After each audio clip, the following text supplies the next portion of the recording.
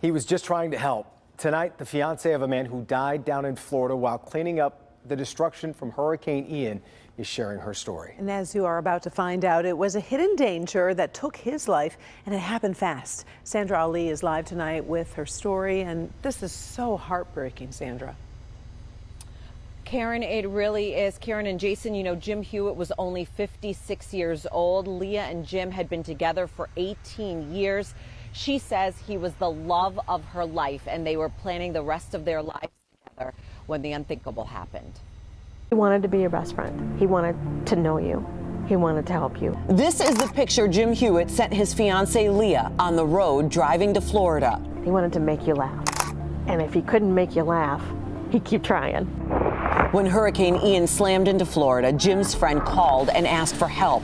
He never hesitated, which Leah says was part of his personality. The moment he got that first call, he started packing.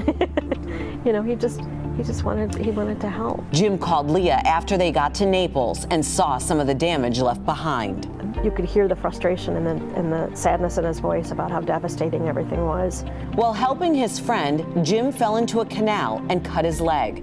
At the time, Leah says no one thought it was a big deal. I said, "Did you take care of it?" He says, "Yeah, I wiped it down and put Neosporin on it and everything, and I'm good." And I said, "Okay, keep an eye on it." And he said, "Okay." That was Saturday. By early Sunday morning, everything had changed. His friend called me at 5 o'clock in the morning and said, "I've got Jim in the hospital," and said that his leg really hurt and he was feeling rather feverish. Leah says Jim's leg was swollen and he was in a lot of pain. What was that like, getting that phone call, Leah? I thought, first thing is, how do I get down there? How do I be there with him? Leah and Jim's children raced to get to Florida. Doctors were only able to keep him alive long enough for his family to be able to say goodbye. I talked to him and he was just very, very tired. And he said, "I love you." And that was the last time I talked to him. 3 days after Jim fell into the canal, he died. A month ago, we were doing this, and he was here. 6 months ago, we were doing this, but he was here. It's just really hard. Doctors explained Jim had contracted Vibrio, a type of flesh-eating bacteria that can be found in seawater that's warmer than 55 degrees. Vibrio infections are certainly more common in other parts of the country. For example, Florida has documented 20 to 70 cases per year in the last 5 years, with between 2 and 14 deaths per year. Leah's talking about what happened to Jim, not to deter anyone from helping those in need, but to make sure you know about any hidden potential danger.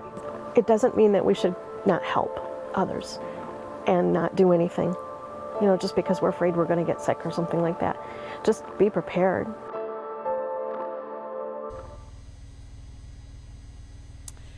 And your heart just goes out to Leah and Jim's children, obviously, and she's so brave for sharing her story. We did check, we should point out, with the Florida Department of Health. The department says they did issue a warning to folks about Hurricane Ian floodwaters shortly after the storm. They said that warning did contain information that the waters could possibly contain certain diseases. That warning, by the way, was issued back on October 3rd. Back to you. Well, yeah, the warning's issued, but as you know, Sandra, when you're out there trying to help folks, it's not like you're necessarily receiving that information, right? And you're exactly right, and that's exactly what Leah's point was, that she thinks maybe the warning should have been a little bit more overt for folks who are down there helping. Most definitely. Sandra, we appreciate it. Thank you.